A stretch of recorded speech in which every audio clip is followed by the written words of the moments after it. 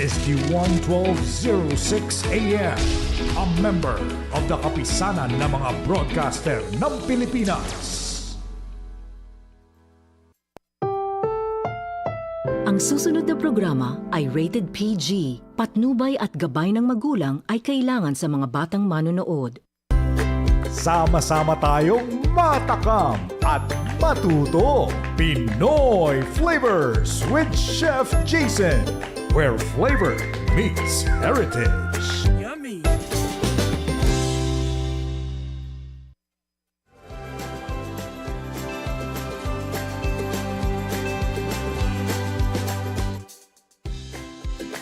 Ayan, magandang hapon po sa ating lahat. Isa na naman pong episode ng Pinoy Flavors with Chef Jayson ang matutunghayan natin today. And every episode sinasabi ko na maganda yung naka-line up natin na speaker, no? Pero today, yung speaker natin ay isa sa mga pinaka-matanda ko ng kaibigan sa buhay. Lifelong friend. Hindi lang siya isang professional eater. Isa rin siyang professional designer. And one of my most favorite storytellers of all time, CEO of Kandama Collective, one of the 10 outstanding young men of 2022. We're very honored to have sa studio today my friend, one of the Philippines' best debaters ever, Mr. Victor Bagilat.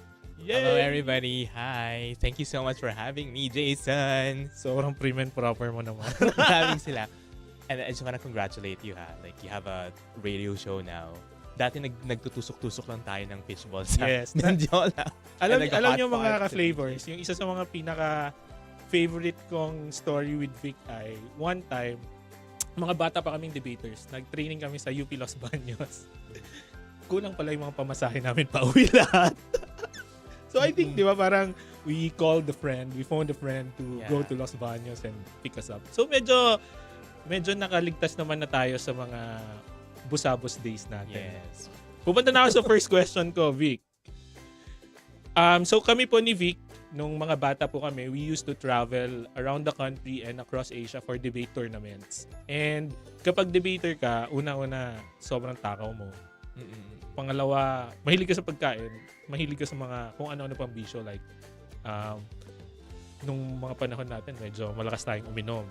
But, in the debate community, what were the best meals that you remember? Well, pinaka-favorite ko yung sa UP Iloilo. Remember the oysters? Yes. Parang I don't get a lot of that here in Manila. Yes. Yung doon kasi parang nakalagay sa yung isang barrel yung sinerve sa atin. Okay, I mean, yun, I'm still looking for that. Tapos yung maanghang siya, at the seafood in Iloilo, parang I don't get to really eat that Iba here. rin ng Visayan institutions when they host, no? As compared to Manila institutions. Pag Manila institution yung host, parang anong lunch natin today? Magkano nyo to binili? Di ba? Naka-tetra or styrofoam minsan. I mean, minsan it's like that. Pero I think iba yung generosity, I guess, like dun sa probinsya. And I guess the access to seafood too, it's much cheaper compared to here in the Philippines. So, yun yung pagkain na naalala ko sa Pilipinas. Iba when you go overseas. Pag overseas naman, well, yung hot pot natin sa Beijing. Yeah. Kasi parang feeling ko, it's very refined. Tapos hindi tayo yung nagbayad. Hindi tayo libre. Well, lahat ng libre, masarap. Tapos yung sa Macau, were you there in I was in Macau, pero baka hindi tayo batch. Oo. Parang there was a Macau, University of Macau tournament. Tapos parang 8-course meal. Tapos the first one was yung pig. Yeah. Ang tawag yung sa maliit na pig, yung Suckling pig? Yeah, suckling pig. Yun. So that was the first that they served. Okay. So okay lahat yung 8 na meals that they actually served for the opening dinner. Yeah. Pero kapag ang naalala ko, magkaibang universities pa tayo nung first part ng debate careers natin. Kapag nasa ibang bansa tayo, ang naalala ko, yung mga ibang universities, medyo social yung pagkain. Pero pag yung kami mga taga-beda, maghanap kami ng mga karinderya around the area. Kasi hindi enough yung funds, at least for our part. Well, even for people from my school, we would have students, we would have people there who would also go on a budget meal. Kasi syempre, we funded everything. Sometimes yung parents also don't allow us to really go. So we finance our own trips. So we've gone a long way. So mas may disposable income tayo. So I'm really happy Pero that we have a restaurant. dumating yung point na parang 30 pesos lang magastos namin on that day. Yes, that's correct. And Jason, I also want to point out in raising the funds, the pagtitipid that we did to be able to raise the funds for that. Like for example, nag-somay every day para so the rest of the allowance would go for a tournament. Yeah. Parang ganun siya. Tapos pagdating mo ng tournament, instead na magtipid ka, yung 1/3 lalagay mo sa alcohol. Diba? So nagtitipid ka dito sa Pilipinas. Pag alis mo ng Pilipinas, tsaka ka parang experience mo lang yun. Ang pinaka naalala ko was when in Bali, parang after natin matalo sa semifinals. So we were the last Philippine team alive for that tournament. Yeah. Tapos pagkatapos matalo, parang yung adrenaline rush mo bumaba na, di ba? So Yes. nag-clams tayo ng maanghang. I think kapag nasa tournament tayo, maanghang na food yung lagi natin nakakain. Except that hindi mataas yung spice level mo dito. No, mataas actually. Talaga? Because I'm looking for something spicy in my life. Parang ganon. Apparently, something spicy in your life. Yes. Okay. So it can't be like super plain. So may correlation pala siya. Pero nung nagde-debate tayo, what about it did you like so much? I guess it's the people, really. Kasi parang, the way they think is very different. Totoo ba, the people? There are people hating some people is also part of the entire experience. Everyone was so competitive. Tapos, adrenaline rush. And then, we were kids back in the day, so some of the problems that we were dealing with, pare-parehas. I mean, sabay-sabay tayo. So, that's the reason why it's easier to make friends. Yeah. Because we had pretty much we're pretty much on the same page. Tapos, matatalino eh. They're smart. Like, I haven't seen a concentration of that smart people in my life right now. Na naging ka-close ko rin. That's true. I mean, syempre, like, you'd come across one or two. Pero yung sabi mong super close mo, like everybody. Oh my God. Nanalo tayo dito. Yes. Payat pa tayo. Oh. Payat pa ako dyan. In fairness to tayo you, lahat. di ko to. Oh my God. Hindi ko to alam. Saan mo napulot yan? Okay, ito po yung mga debate days namin. Kita nyo na po na wala pa kaming pangkain yan at that time. Oo. But when we're in tournaments, ako ang pinaka nagustuhan ko, yung adrenaline rush nga na parang patalinuhan kayo. Yeah. Na parang may mahahanap kang mali sa sinasabi nila. That's correct. Diba? Tapos mananalo ka. But during that time, parang ang trajectory natin sobrang layo sa kung nasaan na tayo ngayon. Exactly. Yes, diba? Parang when we teamed up, you were in law school. Ako, I was in political comms then at the time. Ngayon, nasa restaurant na ako. Ikaw meron ka ng social enterprise. A fashion social enterprise. How did you get here? So I was in law school. Tapos, I think 4 years into law school, I realized that I'm too fabulous for law school. Like, people just assume that I have the skills to become a lawyer because we were debating. Yeah. But I just didn't enjoy it. Like, I could memorize the past winners of Miss Universe, but I can't memorize like a provision of a civil code. So, feeling ko, there was a bit of depression, I guess. That I wasn't living the kind of life that I really wanted for myself.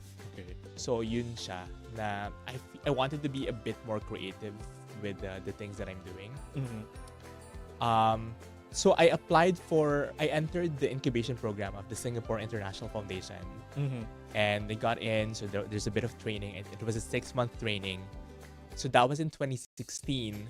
So I wasn't a designer yet. So I was more of a social entrepreneur. Then, saan yung kinukuha yung pictures na yan? Bakit nabubuhay yan? Oh my God. So yeah, that was in 2016. Then 2018, that was my first foray into the international fashion scene, which was in Melbourne.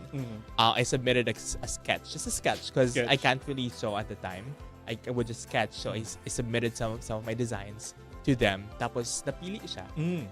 So I was subsidized as an international indigenous designer in Melbourne fashion festivals. Then I did 3 shows in total in Melbourne. The good thing with Melbourne is that they have a very robust indigenous fashion culture. They really respect the indigenous peoples there. More so in New Zealand, right? But I think compared to the Philippines, they're a bit more advanced when it comes to respecting. I was gonna ask nga, parang right now, rights. kamusta yung indigenous protection for our like textiles, cultural communities? Well, we have some sort of protection, but we can do more. Like, for example, in Indonesia, like I think the batik is more protected than our weaves. Yeah. There are a lot of senators or politicians out there who are forwarding the protection of indigenous like textile weaves. What we can do more, like in India, for example, it's protected. It's a law protecting sari. Ngayon, wala pang batas sa Pilipinas. I think there's a bill by Senator Lauren. Parang I'm not sure like what the status of the bill is, but they're trying to prevent the influx of Chinese machine woven fabrics. Like if you go to Baguio, for example, you see a lot of, indigenous prints, indigenous patterns, which are machine woven, mass produced, machine made. Then some people they would rather use printed fabrics na where the motif, the textile, the patterns of indigenous patterns are actually printed. So parang outsiders trying to recreate indigenous patterns. Yeah, and unfortunately, even the locals would also create that. Would also make that kasi mas mura nga. Yun yung ano nila. Pero it's killing the entire weaving industry. Okay. Yun. Okay, pero balik tayo dun sa question na how did you start? So, sketches lang talaga. Yeah, tapos sketches I submitted and then I did my first show. Then I realized, oh my God, magaling pala. Ano yung thought process mo nun? Parang, did you put all of your heart into that sketch? No, actually, it was really more of a necessity. Because when I started out in 2016, I collaborated with other designers. Parang, sige, like, here's a weave, design something. But sometimes the designs... Abby, guest natin last week. I have more photos of her actually. So yeah. So, and then I realized that mahal sometimes to collaborate with some designers and then you're not sure if they're aligned when it comes to values, if they want to design because they want to preserve the culture or if it's really for the community. Then I realized, ako na lang kaya gumawa. Mas mura. Pero, your sister. That's my sister. Yeah. So yun, yeah, I did it. So, yeah, the rest is history. So, Para siyang for me, kapag nakakita ko ng masarap na food, yung question ko ay, bibilhin ko ba to o gagawin ko na lang to? Diba? Parang, parang feeling ko mas may control ako sa outcome kung ako na yung gumawa ng dish. But I think that the pagtitipid was a part of it. But a big part of it was also I really wanted to do it. I just needed that nudge. So the financial aspect was a nudge. It's also a different story, like how long it took me to make it profitable. Do you wanna share the story? Yeah, I mean, siguro, well, things were really well in 2019. We were doing custom-made stuff. We did Paris Fashion Week. So yun yung one of my indication na, okay, I'm in the right place because there was a lot of flow. So after doing a couple of shows in Melbourne, I got an invitation to do Paris Fashion Week. Parang in less than 2 months, diba? Like I haven't been designing. Tapos I already got that invitation. And then, so it was fast for your... It was really, there was a lot of flow. Okay. So parang I feel like that's God or the universe telling me, okay, this is where you should be, what you should be doing. How did you absorb it? Yay. No, I mean, so I did Paris Fashion Week. Then I posted on, I mean, I think it went a bit viral, the article by When in Manila. And then I think Inquirer also published it. And then that was the time when Marian Rivera reached out to us to me na parang to dress her for a couple of her events. Okay, para sa ating mga ka-flavors listeners, sino yun na yung mga nabihisan ng isang Victor Bagilat Jr.? Siyempre, first and foremost, ikaw. Yeah, nisuot mo. Yeah, that's a gift for you. Yes, thank you so much. For Ito Christmas. pong bomber jacket na chef's jacket. We called it Jayson. So yeah, then si Abby Marquez, then Marian Rivera, of course SB19. SB19. Grabe 18, yung 18, 'di ba? Yung fan base niya. Grabe sila. I mean, as in ang dami nag-message. Kayang bumuhay ng bansa ganun. Oo. I mean, I was surprised actually. To a certain extent, parang a bit more than Marian when it comes to the demand. When we dress them, and then Sarah Geronimo, and Lea Salonga when they did Voice Kids. Then of course we did a Vogue Italia photo shoot with Pia Wurtzbach. Taas. So yeah. So that's Vogue it, yeah. Italia. Yeah, that was in 2022. Kaka-open pa lang ng Pilipinas from the pandemic. Yes. Okay. But tawag dito. So ako, I'm in the food industry, you're in the textile industry.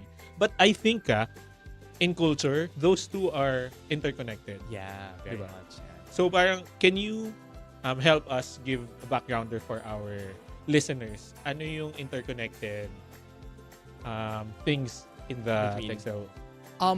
In Ifugao, we don't really have a written history, right? So, well, for the most part, it's oral, and then it's handed down from one generation to the other. Tapos, a lot of the history is also embedded in the textiles. Yes. Right. So you're gonna see food ingredients in textile, like for example, yung rice. Yes. Diba? And then sometimes in the textiles, they would also embroider or weave there where you can find the rice, where's the river, where's the water. So there's a map. So yun. So I think that's one connection. The second could be the use of the dye, the color. Okay. So the first is the motif. The second is the dye. You use turmeric, for example, if you want to showcase yellow. Then Achuete for red, talisay, ganyan. Yun. Then we use bark for the fabric, the tree bark for the fabric. Before. Yeah. Ganun. Parang yung tree barks nga, kung ano yung, I think, I might be wrong, pero parang yung ginagamit as dye, alam ko ginagamit din siya sa ibang suka. Yeah, hindi ko alam yun. Hindi, yun. I think the most prominent connection really is how it's embedded in the textiles. Like yung pagbabayo. Yes. So it's there in the textile. Parang whatever they see in their immediate physical environment, it's there in the I'm opening a second restaurant. It's called Namnama. Tapos yung logo niya, yung indigenous logo for bigas na nakalagay sa panig. So parang it's also, I mean, going back to your culture, but at the same time parang feeling ko the Philippine market now is also ripe to explore. Yeah, that's correct. A lot of, I feel like this wasn't the case when we started out. Parang in 2016, 2017, parang it wasn't, the demand wasn't as high. Yeah. This was pre-Catriona days wherein people didn't really care much about indigenous weaves and stuff. And then I feel like, we have to give a lot of credit to Catriona for popularizing the use of weaves. Na parang pwede pala. And that's also the reason why we did a lot of international fashion shows, because we wanted the Filipinos to realize that, hey, this is how amazing our weaves are. It's celebrated outside of the country, so we should celebrate it here too. I wanna talk about that thought process muna. Yes. Bakit nauna yung outside the country so that you can spark love internally in the country? Okay, I have a lot of answer to that. Una, kasi hindi kami pinapansin dito. Okay. So the first, Nino. I mean, generally the public in general, like in fashion, it's highly perception based. The amount of money that you're willing to spend on something depends on the perceived value of the product. Ganyan din ang fine dining. Joke lang. But that's true. That's true, right? The entire Michelin thing, which is an external foreign entity giving a stamp of approval to your restaurant. Yeah. There's a lot of premium to it, and Filipinos do give premium to it because of that. It's the same thing, just as much as now tennis is becoming a big thing because of Alexa Ayala. So it plays into the Filipinos' colonial mentality to a certain extent. Not to a certain, but to a large extent. So ganun talaga siya. Parang, unfortunately, like we're not gonna appreciate it unless there's a bit of approval elsewhere. And what I also realized is that it's easier for the second, third generation Filipinos overseas, like immigrants, to appreciate our weaves more than the locals. But now I think it's a bit the same na. But before, it was easier to convince Filipino Americans to appreciate our weaves than Why do you think that is? Parang meron pinupunong void in their identity? That's true. Kasi doon, they also want to stand out. Parang they have a longing for the motherland. Yes. So, But their perception of the motherland is different na compared to the ours. perception and realities of people living in the motherland. Yeah. Yun din yung nakukuha kong insight now with Filipino chefs cooking from the diaspora lens. So, di ba, halimbawa tayong mga Filipino chefs dito, how we play with our ingredients, how we cook with our dishes. Pero, meron ding mga Filipino chefs abroad who want to be a part of that conversation. Pero, syempre, iba na yung ingredients nila, iba na yung experiences nila. So, nakikita ko yung difference in how we look at our ingredients, our cuisine, using the lens of the diaspora. I mean, the first Michelin restaurant na Filipino was outside the country. Diba? Then it begs the question, is that authentically Filipino? I want to hear what you have to say about that. Meron akong so where I'm at right now is I don't think that food can be absolutely authentic. When I judge Filipino cuisines now, it's more of who are the people who made this and what were their realities in making. Like, for example, ano bang mga dishes abroad na tinola na kale instead of dahon ng sili or kale laing instead of dahon ng gabi. I think it's because yun na yung malapit dun sa mga the available ingredients. But I would also say na dahil nga malayo ka na sa motherland, mas madali na for diaspora chefs to substitute and experiment and be more playful.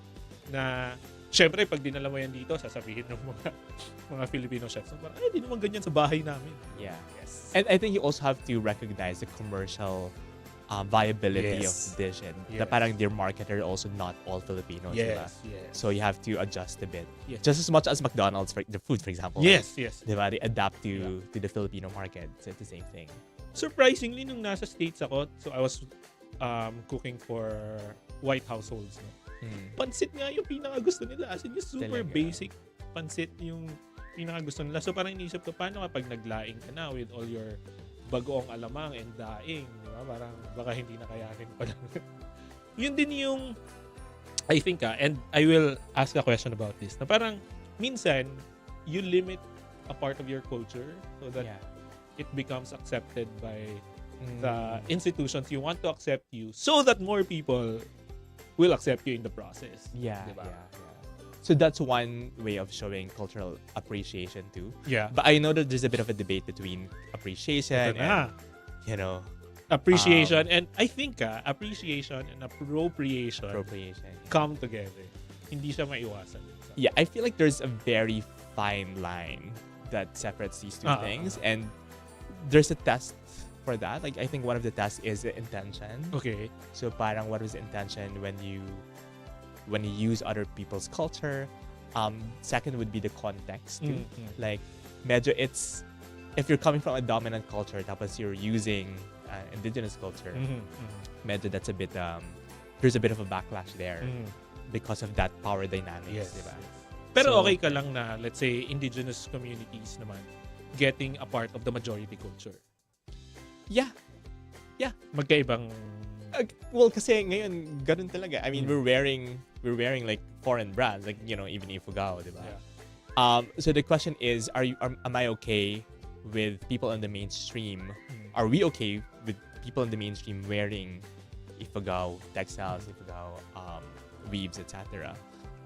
I think you have to look at one. It's a social enterprise. Yeah. So there's a commercial. But what's a aspect to social it. enterprise? Okay, a social enterprise, just like a regular corporation, we have to make money. So Yes. we create we ensure the sustainability of our social impact through commercial activities. Okay. Right? But we're not just like a corporation with mga CSR, for example, Yeah. na parang less than 10% naman would go back to the community.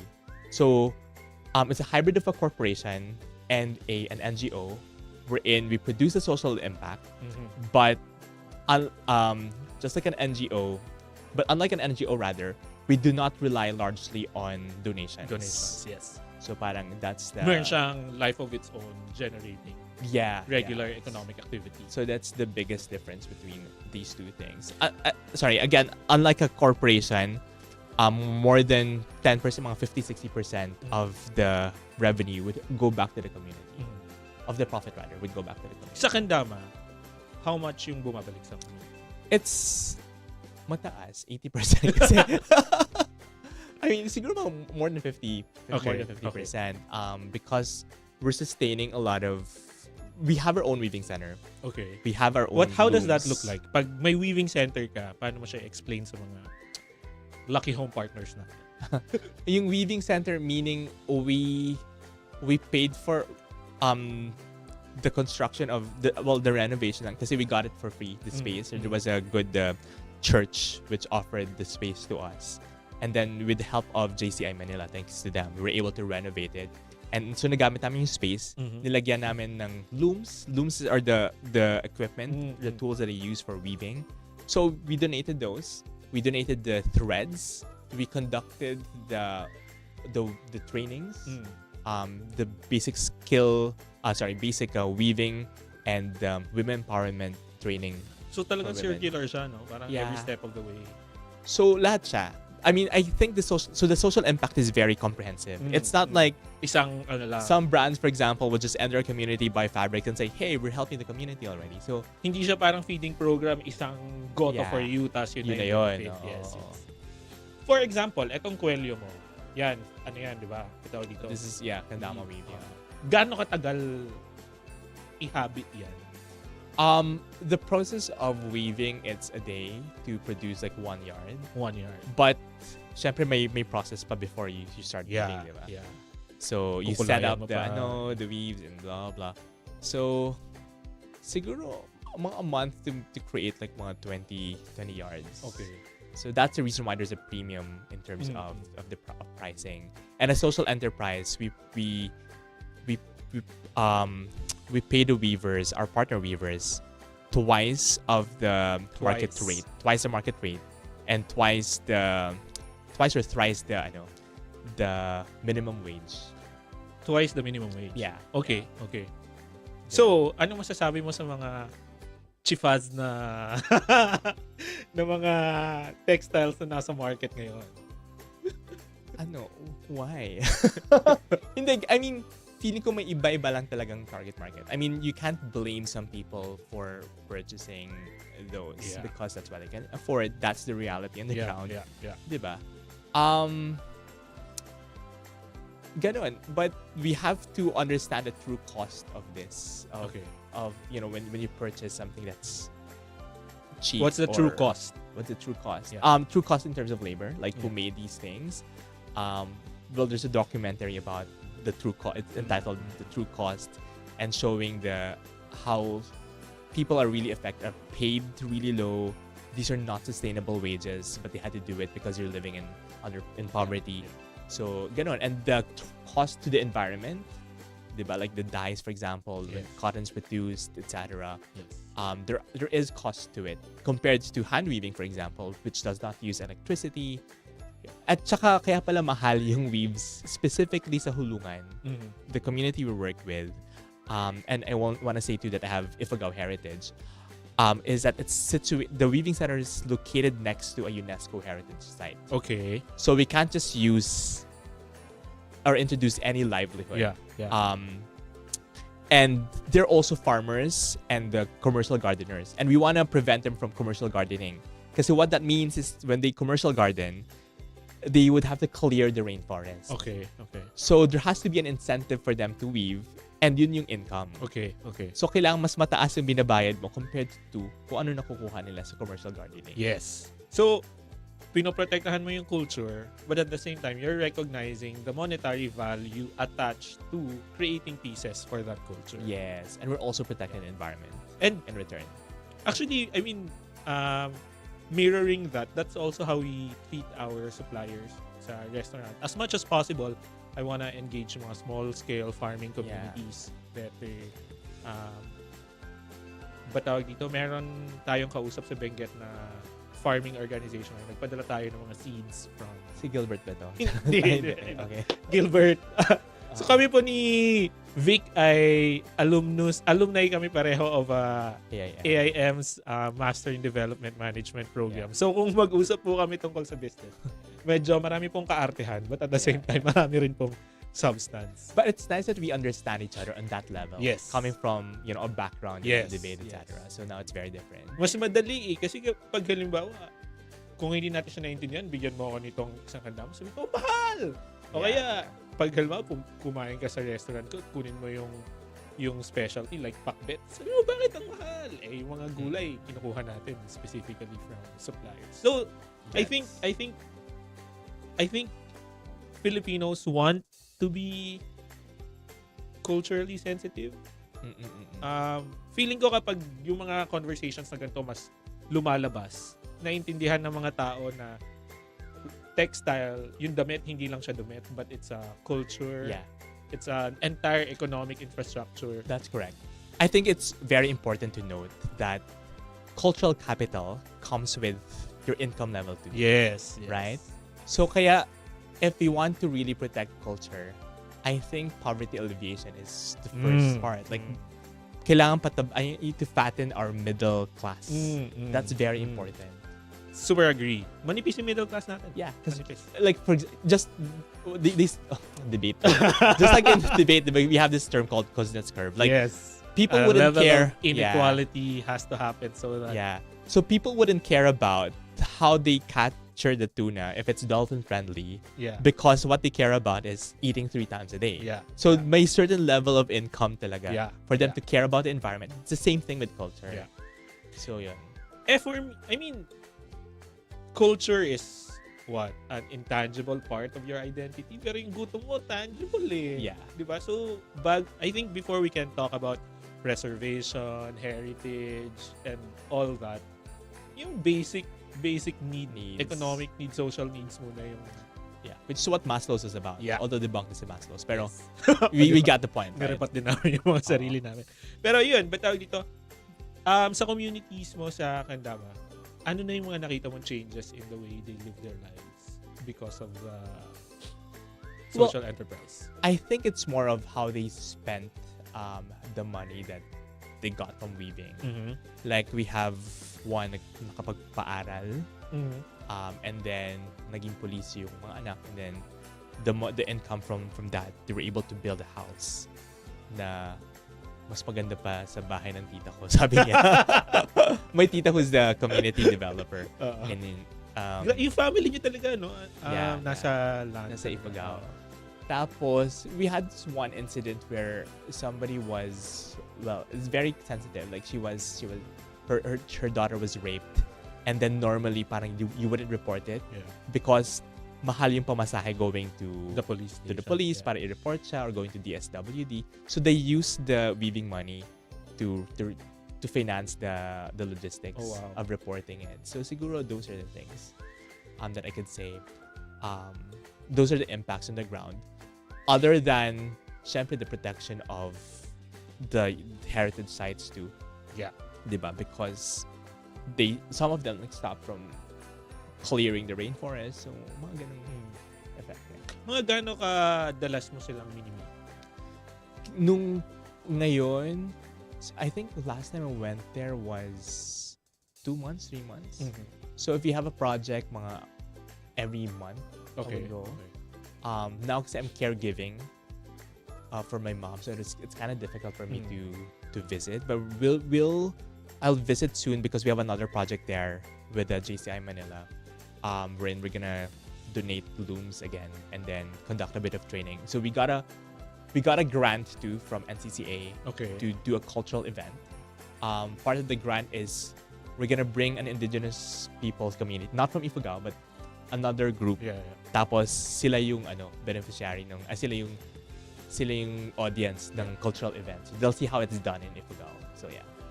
Do you have plans of expanding beyond Ifugao Textile? Well, that has always been the plan. Okay. And now I'm actually utilizing some weaves from Abra, which is still Cordillera. There were a lot of Mindanaoan weaves coming to me. I mean, like some weavers come from Mindanao asking me to use their weaves.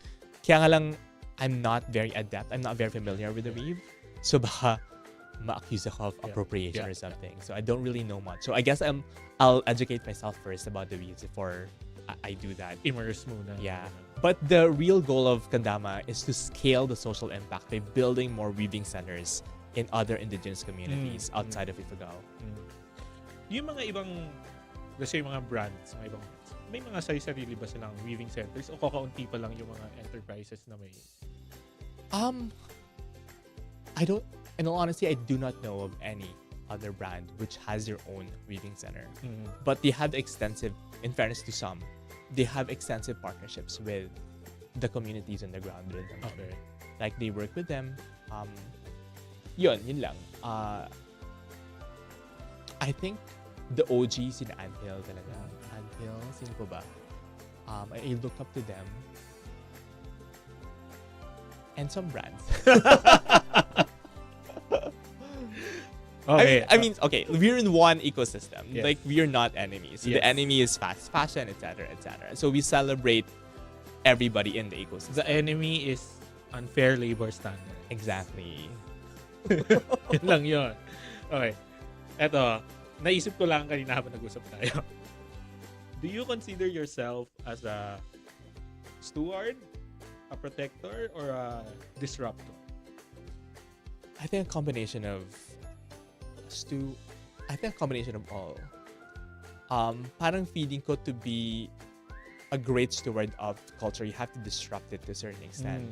Because I believe that innovation, which is part of largely what disruption is about, innovation is key to preservation, like what we're doing in Kandama, for example. Like these weaves, like this wasn't, some of the motifs, the symbols, it's traditional, but you wouldn't do it this way. Yeah. The kind of the placement, and even the color, like Yeah. teal. You're not gonna use teal, diba? But you have to make it commercially viable in order for the local weavers to continue weaving. It has to be commercially viable so that you can pay the weavers so that they can continue weaving. Yeah. So in return, you're becoming a steward, and we're also protecting culture. So yeah, so a bit of those three. Bit of everything. I mean, we have issues with purists, for example, na parang, like that's not traditional, etc., etc. I mean, but if we're gonna be like purists, it will also So hindi ka purist? not entirely. Not entirely. I mean, I do get. I mean, you have to maintain the essence of what you're doing. You have to maintain the essence of the culture, but not purist. Kasi kung purist ka, for example, ang mga babae topless, di ba? Like before the Americans came, and then Americans came here. They're like, oh, you should wear like something on top. So hindi ako purist. Hindi tayo babalik doon. Yeah, we shouldn't. And again, I think I mentioned this earlier to you. Na parang there's some parts of culture that are not worth preserving, like the head hunting culture. And unfortunately, one of the reasons why yung tattooing in Ifugao died out, like you're not gonna see a wangod in Ifugao, for example, because it's highly connected to the head hunting culture. Also of Ifugao. also why batawag dito, I also feel uncomfortable getting a tattoo from her. Oh, why is that? Parang feeling ko I'm an outsider to the culture. And I wouldn't treat the tattoo with the care and with the importance of a person who understands that. That's correct. We have a common friend na may tattoo siya. Si Charles Sarat. Talaga meron pa tayong Charles isang friend. recently. Tatlo. Marami sila. But I mean, like, we love them. Yeah. Maybe they have like a different take on things. But yeah, I mean, that's a very good view. And this is the debate friendship. Lahat kami nag-aaway tapos kakain. Nagtsatsakaan. Yes. But still, thank you for inviting me. Ayan. But dito, we have so many more questions. But magbe-break po tayo ng sandali. Magbabalik po ang Pinoy Flavors with Chef Jayson. Kasama natin si Victor Bagilat of Kandama and Social Enterprise. Yes.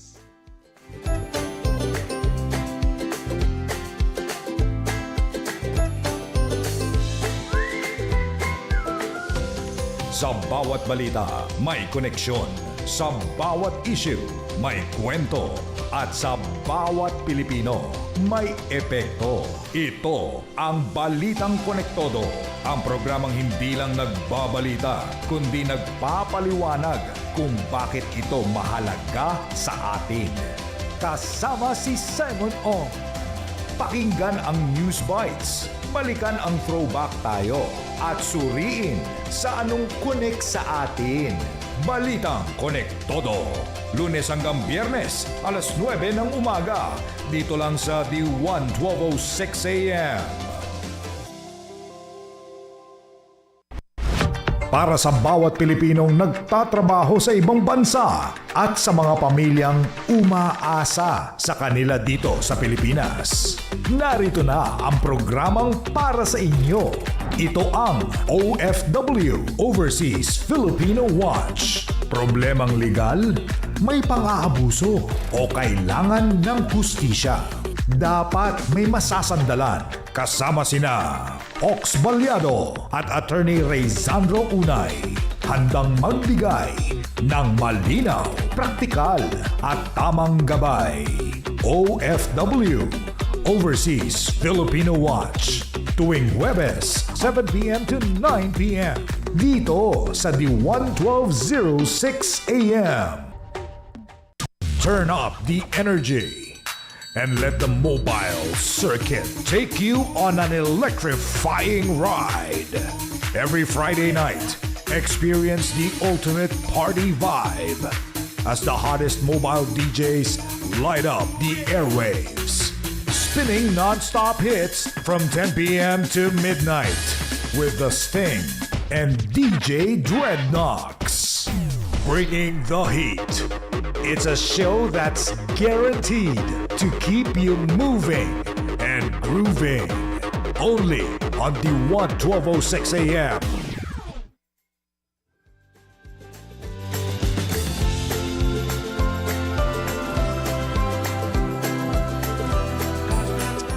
Ayan, nagbabalik po tayo sa Pinoy Flavors with Chef Jayson. Kasama po natin ang aking debate partner si Victor Bagilat, no? So ngayon, papunta na tayo sa mga questions na mas mag-stretch ng aming mga utak. Magsisimula ako with this development question, Vic. If you have the powers, I mean, ikaw magde-decide and can fix everything or anything, what are the top 3 things you'd do in the development world? Una, magka-love life na tayo. Charot. Kaya ba ng development powers yan? Charot. So the first one would be, well, siguro indigenous empowerment, indigenous rights. Like how would the world look like if the people taking care of the environment would come from the indigenous peoples? Yes. Diba? So that's the first thing. Siguro like put them in positions of power so that they can apply indigenous knowledge. Mm-hmm. So the second one, Ano ko lang. What is indigenous knowledge? they have a special, intimate relationship with the environment. So it's very different from how we would normally do it. Yeah. Na medyo bureaucratic, medyo, well, to a certain extent, it's a bit, it's scientific. Yeah. So theirs is different. Like how they would till the land, Yes. for example. There's certain ownership, Yes. yung parang land ownership, and how they protect the rainforest. It's also kind of different. They have a different system compared to how we would normally do it. How they would do it in an ancestral domain is different from how would mainstream people from the mainstream would actually do it. So the second one would be women empowerment, really, which is what we're doing in Kandama. So most of our weavers are babae. Yeah. Because my thesis in college, na binagsak ko 3 times. At may reason pala kung bakit ko siya binagsak. Kasi, yun pala yung gagawin ko in life.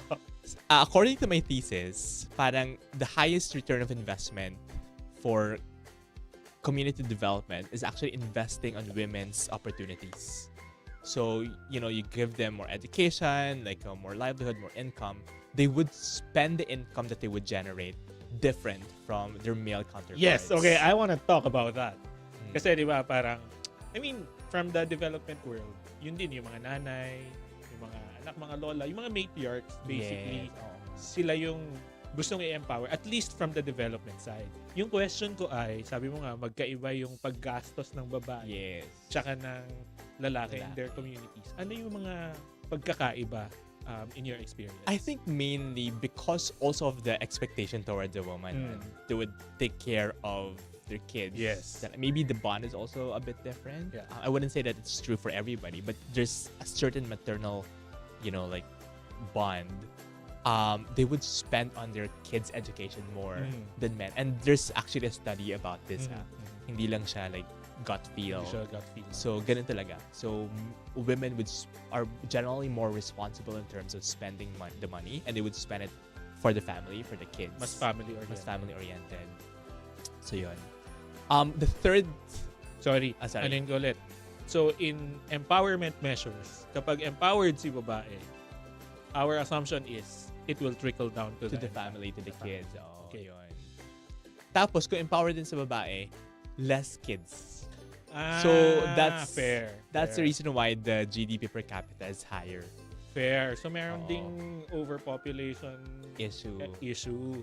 Sa bagay, kasi kung meron kang purchasing capacity, medyo mas mas marami kang magagawa sa buhay mo other than child rearing or having kids. Yeah. So parang they have careers or sometimes they go back to higher education. Yeah. That's it. So in terms of contributing to the economy, to society, higher siya if the women are educated or if they have more opportunities. So put indigenous communities in positions of power, put women in positions of power. Sila yung primary beneficiaries mo and stakeholders. Ano yung pangatlo? Syempre, put Bex in power. Kailangan empower the mga Bex. Okay, diba? okay. Charot. Feeling ko they're as marginalized as women. But I'm super happy about the entire co-ownership issue. Supreme Court. I think that's a landmark decision. Parang it definitely is. Pwede mo nang sabihin na yung property rights is the most basic of all joint rights. Pero syempre, there's still a lot to be done. Like for example, it's still not equal rights. Things like, for example, yung medical decisions for your partner, you can do it yet. Things like adoption. Yes. Parang mga ganong issue. O diba, ang dami namin na pag-usapan. Kanina, damit lang. Ngayon, nasa na tayo. Same-sex adoption. But yes, tawag dito, when you have more vulnerable communities in positions of power, I think it's easier to expect na mas passionate yung pag-decentralize. Mas compassionate, yung pag-decentralize ng power. Yeah, the lands are very different. At saka iba lang generally yung decision making, I think, when it comes to distributing power. So that's what is politics. Politics is about, like power distribution, diba? Numbers. So dun sa tatlong sinabi mo, gets ko na kung bakit hindi pa napupunta in positions of power the LGBTQIA+ community. Given the country and given the majority and given the culture. Pero bakit yung indigenous communities and women, especially for a matrilineal country like ours, hindi pa siya nagagawa? I think, well, in fairness naman to other countries, we're also a bit more advanced when it comes to like women's rights, etc. Like I'm not sure if this is true, but on paper. Well, that's correct. Okay. We're even more advanced than the US roughly. Well, we had like 2 female presidents compared to the US. Feeling ko hindi lang masyadong institutionalized, I think. Like when I was in New Zealand when I was in Australia, parang iba yung appreciation nila. They still have a long way to go when it comes to indigenous people's rights, but parang a lot of they have a seat in parliament for indigenous peoples. In New Zealand, it's also the same thing. we don't have the same thing here. So it's not as institutionalized. Okay. And kapag hindi institutionalized yung isang bagay, mas madali ka to be let go of, mas madali ka to be invisibilized, mas madali kang kami na lang gagawa nito, diyan ka na lang sa gilid. That's correct. So it could also be, maybe we don't have the numbers, but I'm not sure though, like parang 10% of our population are actually from the indigenous peoples eh. So I'm not sure. And syempre, iba-iba rin naman mag-isip yan. So the way they vote is also different. It's not block voting. So that's, I guess, those are the factors why we're not that progressive in a sense. Do you see hope? Of course. We have this talk show to bring development to the country. Yeah, I mean, you can only hope for the best. That's what I think. I do. I'm very hopeful. I'm very happy with Ma'am Dani of New York. Who? Si Mayor Ma'am Dani. Okay. So hopefully we'll have that version here while we have Vico Soto. Okay lang ba na we're talking about those things here? Okay lang yan. So I really hope that we have more progressive politicians who are gonna lobby for these rights. Napaano ulit ako. What do you mean when you say progressive? Kasi di ba lahat na. I mean, well, minsan mga tao pag sabi mong progressive or liberal, medyo allergic na agad sila with other terms. The terms. That's correct. Yeah. Well, for me, when you say progressive, it's more of the rights of IPs, of women, of LGBT. So these are the rights that the mainstream people are actually experiencing, but you're not experiencing, I guess. That's what I mean by progressive. But let's not be very sensitive about that. Okay. I mean, all of the things that we were doing from our industries, these are, aside from culture, these are tourism related activities. What about tourism makes you uncomfortable? Well, it's not. Sige, go, ikaw muna. Okay, so in Ifugao, we're the community is in Kiangan, which is the less touristy side actually of Ifugao. And then tourists would normally go to Banawe. And I guess it's more popular. You see it in the bill. It's at the peso bill. But you've seen the effect of tourism there. And you've also seen the effect of over-tourism in Japan, for example. That's the reason why the locals are pissed, right? Like, they don't want a lot of tourists. Actually, it's Baguio, the local tourists are. Yes, exactly. So over-tourism could actually destroy things. So if you don't have measures in place, it could be problematic. Like, how do you control tourism, and how do you ensure the preservation of the culture and heritage with the tourists? But at the same time, the community is still making money. So I guess like that's what I'm iffy about, making sure that the infrastructure is in place to control tourism. Yeah. Tourists. And empowered si local. Pero ang problema namin sa Kiangan, specifically, it's the marketing, the demand. Okay. So people don't know that we have a UNESCO heritage site there. First of all, how easy is it even to go to Kiangan? Yeah, there's also an infrastructure issue, right? Parang the bus going there, it's not as easily accessible as the bus is going to Sagada or Baguio or Baguio definitely, or Banawe. So that's an issue. Aside from that, wala na. Aside from that, elite capture. If you're familiar with elite capture and sustainability in sustainable tourism, that you build the tourism capacity of the place, pero only the elites would actually benefit from it. Kumbaga, sila yung may-ari ng hotel, sila yung may-ari ng mga tutuluyan mo, sila yung capture nila, yung location. So it's not trickling down to the community. So you have to have systems to prevent that. Meron akong dalawang insights about that. First ay, hindi nga siya nag-trickle to the community pag may elite capture. Second, the narrative and the stories that come out of that cultural interaction galing sa elite lang din. I think yun din yung mga sinasabi ng marami ring batawag dito, Filipino food enthusiasts when Michelin came in na the standard of the West is being used so that to validate our Philippine food. Diba? Parang that makes you think also na parang with this new thing, hindi lang siya question of who gets to benefit, but who gets to be the storyteller. Yeah. Diba? So parang nagiging, you need an external power to legitimize a certain story or a certain cuisine or something like that. So halimbawa, Michelin came in, they legitimized our cuisine.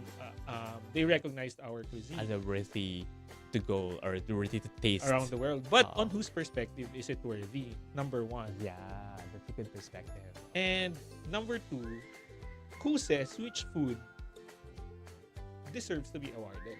Oo nga. Parang ganun. What makes lutong bahay kare-kare less better than, let's say, an elevated... What are the standards Yeah. for saying that? I mean, as a Filipino, yun, parang feeling ko, not only did the standard exist when Michelin came, now, personal opinion ko lang naman, those who were awarded, nagkaroon na sila ng mabigat na responsibility to talk about the cuisine. Not only do they have to prove that their food is good, but the communities by which they're operating, they're part of. Parang, yun yung takeaway ko with all the... Yeah. So, hindi ka ba nape-pressure na may Michelin star at meron kang trainings and... Ako gusto ko lang magluto ng Filipino food for the Filipino people. I mean, you saw naman how trainings engaged the locality kapag may bagyo, nagiging soup kitchen siya. To me, how you design Kandama, I think maraming elements nun. Ganun ko rin dinesign yung trainings when we were starting. I didn't want to just become a restaurant. Yeah. Hindi ko lang gusto na masarap yung pagkain sa restaurant. Parang dapat nagko-contribute yung restaurant to the bigger conversation of food dignity, poverty, hunger, urban hunger, mga ganun. Yeah. Which also begs the question, like, is that even a standard for becoming a Michelin star restaurant? Feeling ko hindi. Sasabihin ko na hindi. Pero sinabi ni Gordon Ramsay before, that Philippine cuisine is the sleeping beauty of Asia. I disagree. I think that Philippine cuisine is not sleeping. It's an awakened cuisine. Yeah. But an awakened cuisine is a cuisine that looks at social impacts also. So to me, kung tulog tayo, sure. Pero hindi tayo tulog eh. At kung hindi tayo tulog, dapat yung pagkain natin nakakaabot sa mga taong hindi kayang makakain. Anong sabi ni Kumaring Abby? Agree kami, pareho. Na parang it's about our validation of the food first. Yeah. And second is yung perception na lang ng ibang tao. Dapat mauna muna si local. Yes, local. Okay, magla-last question ako, Vic. Sabi sa'yo, 1 oras. Wow. Napakabilis na. 1 minute, 1 hour na yun. I think yung question naman natin, nung mga bata tayo, it was important for us to see ourselves in other people. Yeah. So if there's like a young designer, indigenous or non-indigenous, who's watching now, or kahit someone who wants to do something else in their lives, ano yung mapapayo mo sa kanila? The concept of ikigai, although like some people are saying that this is not authentic, ikigai term, diba? Na parang there's a diagram. Yeah. That ikigai is at the center of, like what you're good at, what the world needs, what you're passionate about, what makes you money. Feeling ko find that. And in the process, look for that ikigai. Which is essentially what I did. Parang and I also agree, it's not enough to just find your passion. You have to find something that you're passionate about, but at the same time, it should make you money, and you should be able to contribute back to society. So what I'm gonna tell young designers or indigenous peoples out there is to just enjoy, like, looking for the things that you're passionate about, Just be intentional about it. Make sure that it contributes to the community and that you're gonna make money eventually. So yeah, that's it. Like, just enjoy life. For me, that's pretty much it. Yun, mukhang enjoy na enjoy ka nga sa buhay mo. Oo nga. Kaya yung size ko lumalaki. Signs of prosperity. Same. Yan. Yun. Pero calorie deficit. Talaga? Oo. So pumayat na ako ng 2 kilograms. Ako, calorie implicits na lang ako. Kain. Ayan, so, eto na naman po mga ka-flavors, ang isang episode na nakasama natin ang isa sa mga pinakamagagaling kong kaibigan dito sa Thank you. Pilipinas. And we're very happy with our episode today. Sama-sama po tayong magkita-kita next Wednesday sa isa na namang episode of Pinoy Flavors with Chef Jayson. Magandang gabi po sa inyong lahat. Thank you.